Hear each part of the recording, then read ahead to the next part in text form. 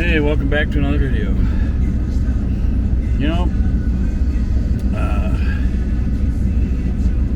I've been forcing myself to keep turning this camera on, whether I got something to talk about or not. Hoping that good stuff will come out of me, you know. And no matter what, it's me, you know.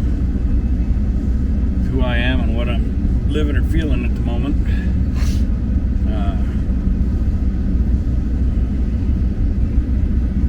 I guess this is kind of an experimental channel. I think it'll keep going for a while anyway, you know, as long as I can. I don't plan on stopping it. I don't know if it'll grow or not, but I know it'll help people. It's already helped some people. I've had people come up and talk to me, and getting really good feelings out of it, you know. And even had one of the workers at Walmart come up and talk to me about how it feels like I'm talking to him, you know, and that's wonderful that he's getting that feeling, because I am talking to him just like I'm talking to you, or talking with you. Well, I should say to you, because you're not able to respond back immediately, only through comments. And hey man, you're awesome. You know I'm talking about you now, and I'm talking about you talking to me about in the store. I don't want to say your name, just in case you don't want to be mentioned to the world. But you are awesome, and keep that smile. Looks good on you. So yeah, he's a great guy, really nice man. But multiple people I've met since I've been here. I can't tell you enough how much, even though I've had hard struggles here in this parking lot, living this lifestyle, I just can't even express enough how much I know that I was supposed to be here, you know. All these people that I have met, that have interacted with, that I can feel the positive experience between us, just like the man that works in the store there. There's multiple people that work in the store there that I interact with, and they all like me and stuff. They're all good people. All of them that I've met so far, you know. Who am I to judge, though, who's good and who's not, you know. But so far, I'm really liking everybody. I haven't ran into no little sour apple people yet, really. I've ran into people that might be having a rough day or something, you know, but still able to get them to crack a smirk or a smile or a laugh, you know.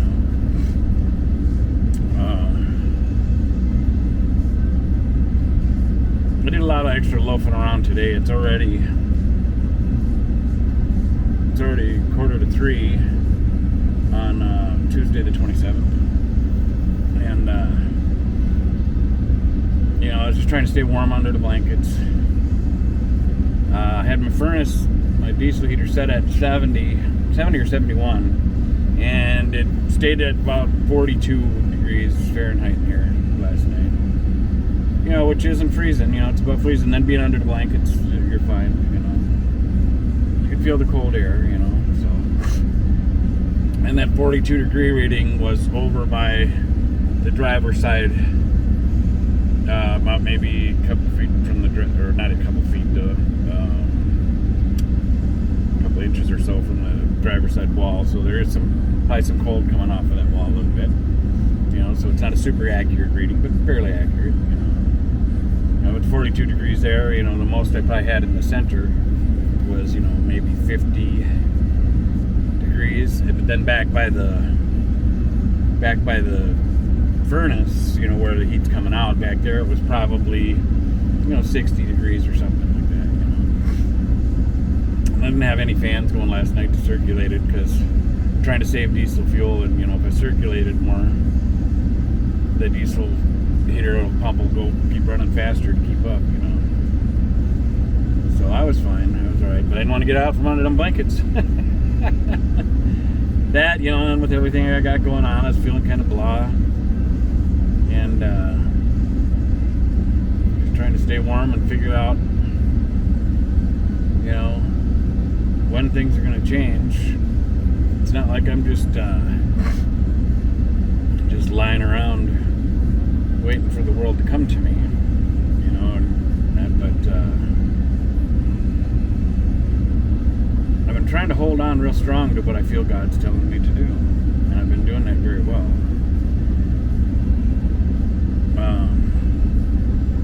And every time I fill out a job application or submit an application to a place, I feel like I'm disobeying God. But because of the society I live in, I got to make money to live, and I talk to God about this. But what's weird is nobody's hiring me. I'm very smart. I got a decent work history and everything, and it just doesn't make sense. So maybe God really doesn't want me to work somewhere. But I told him something's got to give. I ain't afraid to work. I'll go work. One that does worry me that, if I get back to work, that this channel might suffer, because I won't have time to film and stuff. And I know how it is when I work. I work hard. And when I'm done working, I'm just tired. I'm beat. And I want to rest. And then when I wake up, I got to start getting ready for work again. Getting older, I got all the energy I used to have when I was younger. I wish I did. And for my age, I think I still have a lot more energy than a lot of my friends and stuff, that are my age. Yeah. Maybe not, but I think so. Almost all my friends when I was working at the foundry were all like, they were like, no way, I could never do that, It was a very hard job, hardest job I worked. Especially with the heat and the conditions and stuff, but I haven't heard nothing back from unemployment yet. Haven't heard no yeses or no's, so I guess it's kind of a good thing, because it's not a no, so there's still hope, I guess.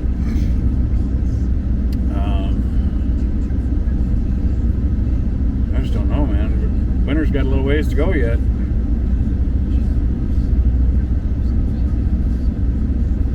don't know. It's been really weird trying to survive like this.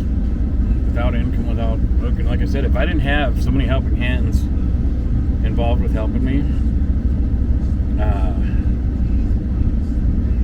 there's no way I'd be surviving as well as I am. If I didn't have people that have met me and can see the soul that I am or care about me or whatever, that have reached out to help out, which is super hard for me, because God was right when he said that was one of the things I need to work on was my pride, and I need to learn how to accept help,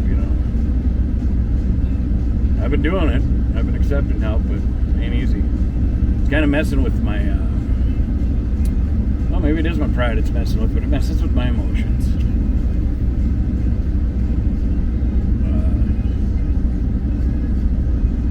I don't know, it's tough. I can't wait till I'm back into my normal flow of me being me, working, doing whatever it is, and generating my own way. I guess it depends on how you look at it. In some ways, I've had friends tell me that, and this was years ago, that because when I had other struggling times, that other friends wanted to spend time with me and stuff, and I just told them, I can't afford it, Well, I'm buying, this was when I was in my 20s. And I remember telling one of my buddies, it's hard for me, because he was always wanting to spend time with me, and I just couldn't afford to hang out with him, And he said, don't worry, I got it covered. So, he'd buy lunch, and we'd pick me up, and he'd spending the gas to drive us where we were going. And we had wonderful conversations, talking about philosophy and life and writing lyrics and stuff, and wonderful times I spent with him, really wonderful times. And he told me one time, he said, look at it like this, D. He said, I need this. I need time with you, because our talks really help me. And he said, he gets a lot out of it. He said, so look at it kind of like I'm renting you for your services. And I said, all right, it was still hard for me, but yeah, we had some great talks, man. Wonderful friend. he lives quite a ways away now. I don't get to see him as often.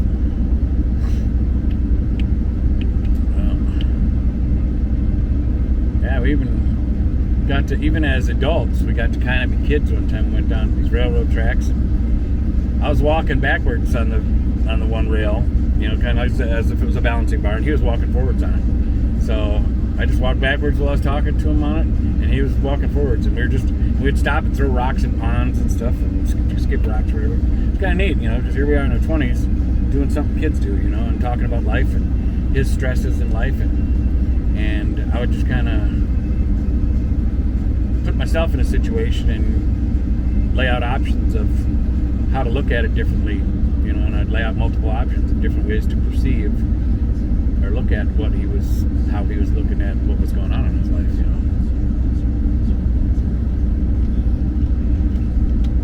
And we'd write lyrics and stuff, and one time he told me he was going to start calling me Peacemaker.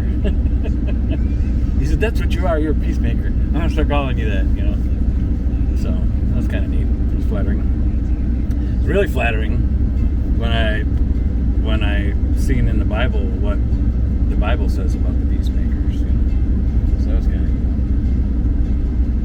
But gave me an extra boost,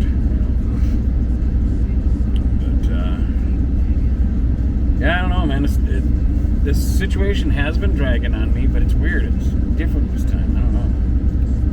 I have my moments where I really drag, where I'm just like starting to really feel the weight of the situation. Then there's other moments that it just goes away, even though I know I'm still in the same situation. Lord, thank you for all the help you've been sending me. I just can't hardly believe it, But you need to send me some more help, Lord, from other avenues, because some of the people that are helping me, I think they want to keep helping me, and I appreciate it so much. But I'm feeling like, I'm taken out of their life, And it's just like, I appreciate the help, but I don't know. So I'm getting some kind of teeter-totter battles going on inside myself.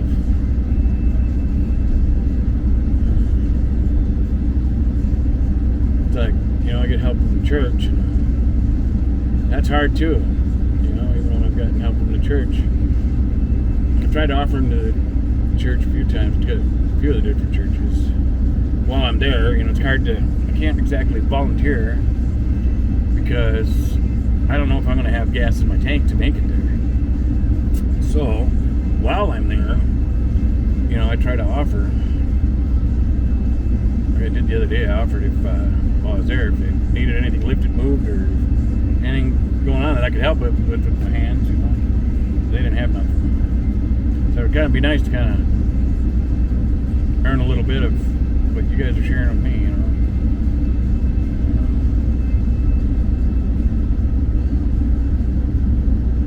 Ain't a whole lot, but still, it's a lot. When you don't have nothing, it's a lot, man.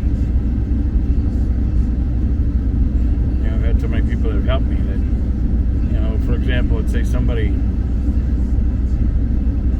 donates $10 to me that helps me with diesel. And I've had it said to me, I know it's not a lot, but I hope it helps. Holy mackerel.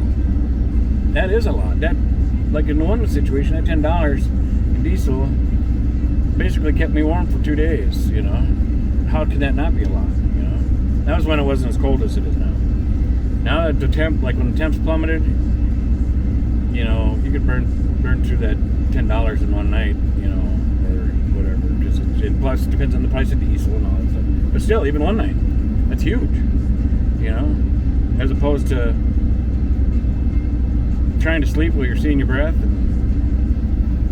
and to know that instead somebody helped you out and you're warmer for the night. That's cool.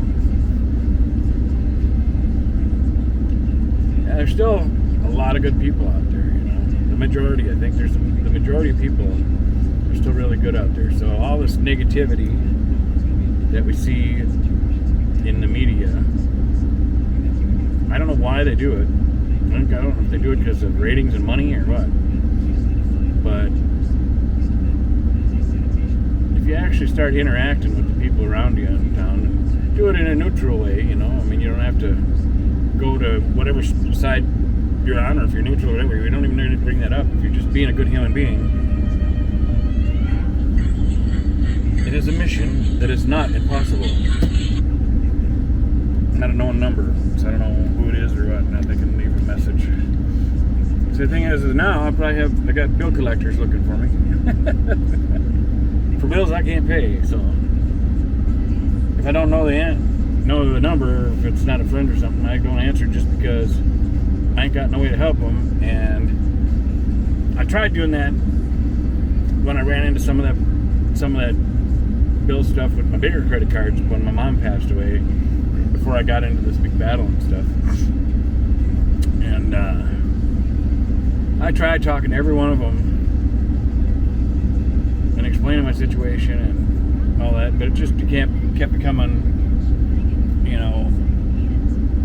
a weekly call of having to sit on the phone with somebody for an hour or something to explain the same things over and over again. I don't have no way to remedy the situation right now, and it was just like I was just constantly getting called, and I already had enough other stress going on. That was just adding to it, and I'd end up crying on the phone to bill collectors each time, and half the time I was calling them, before they called me,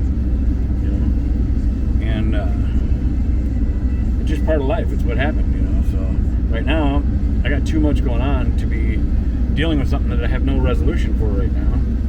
And now, if those people, if they understood that, if creditors understood that and heard my situation, put some notes in there, and said, okay, well, let's touch base again in a month, or something, or in 2 months or whatever, or something, or if your situation changes, call this number back, so it didn't create repetitive stress while I'm already trying to survive and figure stuff out.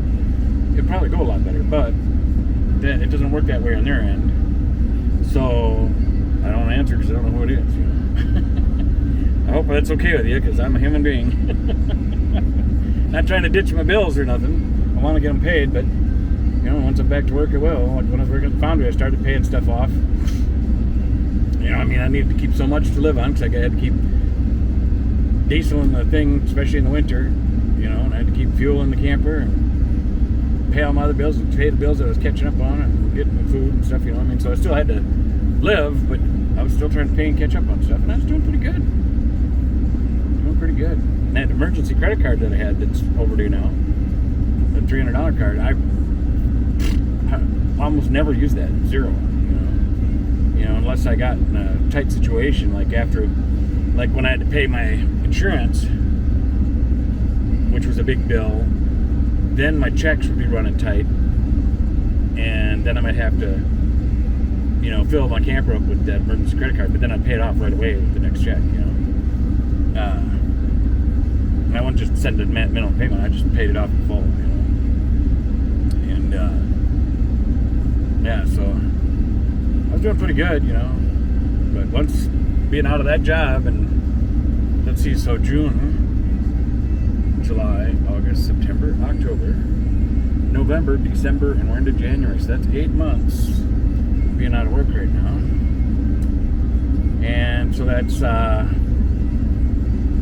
about, we'll say 6-7 months of being out of money.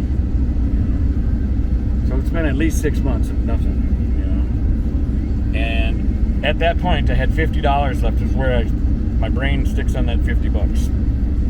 I got down to $50, and that is what I've been surviving on all this time, and it's been kind of a bouncing cycle along with help I've been getting.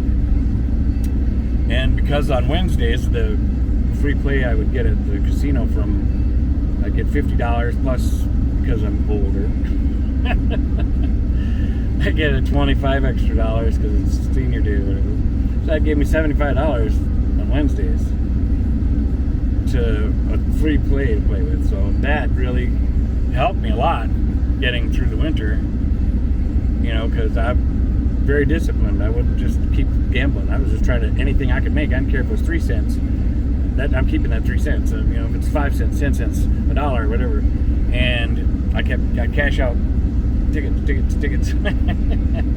trying to keep what I win over the free play until the free play's gone. And then the only thing I spent back is like say I had made $50.35. Well, that 35 cents I'll play back to make an even $50 because when you put your ticket in the machine to get your bills or your money, it doesn't give change. It'll only print. It'll give you your bills, but then now they're newer. Before it would. Anyway, it'll print out a 35-cent ticket or whatever you have left for change. So then you could take that 35-cent ticket and go stand in line at the cash cage and get your 35 cents. But normally the oddball stuff, because so I don't have to stand in the line and stuff, I will get my bills, keep that, and then if there's 37 cents over or something, I'll go play a penny at a time in a machine with that. So that's the only thing over that I spend back in. But it has helped keep me surviving. And it's been scary though, because sometimes between having to stay warm, I don't know how long is this getting. It's getting dang long. It is. Well, I better hurry up and get done with this here. I turned it on not knowing if I'd have anything to say, and then I get into this big old talking thing. So, with the colder weather, I've been having to run the motor more and the gloomy days because I don't get enough sun for the solar panel to keep the batteries charged. So I've had to run the engine more to help the diesel furnace combat the cold plus to keep the voltage up to be able to keep running the diesel furnace and stuff, and to keep charging devices and whatnot. So that brings my gas levels down more. So it's been getting really scary. Like right now, I don't even have enough gas in my tank to make it there tomorrow if I wanted to run there. So like if I went there tomorrow, I'll get another $75 free play with. I don't know if I'm going to be going or not. I don't know what I'm doing. But anyway, I normally make at least $50 here. There's been a couple times I've only made $40, but and there's been a couple times I made over 100. So that helped me keep going through. But anyway, there's that word sneaking in. So that's where it sits right now. I don't know if I'll be going there tomorrow or not. And I don't know what next month if they're doing the same deal or not. Now, if they cut that back, like if that $3.50 they give me that I go on Wednesdays to add with the 25, if they cut that back to like 20 or something, it's not worth me going. I won't go no more. Just because the math doesn't work out for. I'm too high. It's too high of a risk for not making at least more than my gas back. Right now, I've made more than my gas back every time. But if they cut that free play down any lower than what it is, the math is too scary. It ain't worth it. It ain't worth doing it. So if it's cut down for next month, I won't be doing it next month.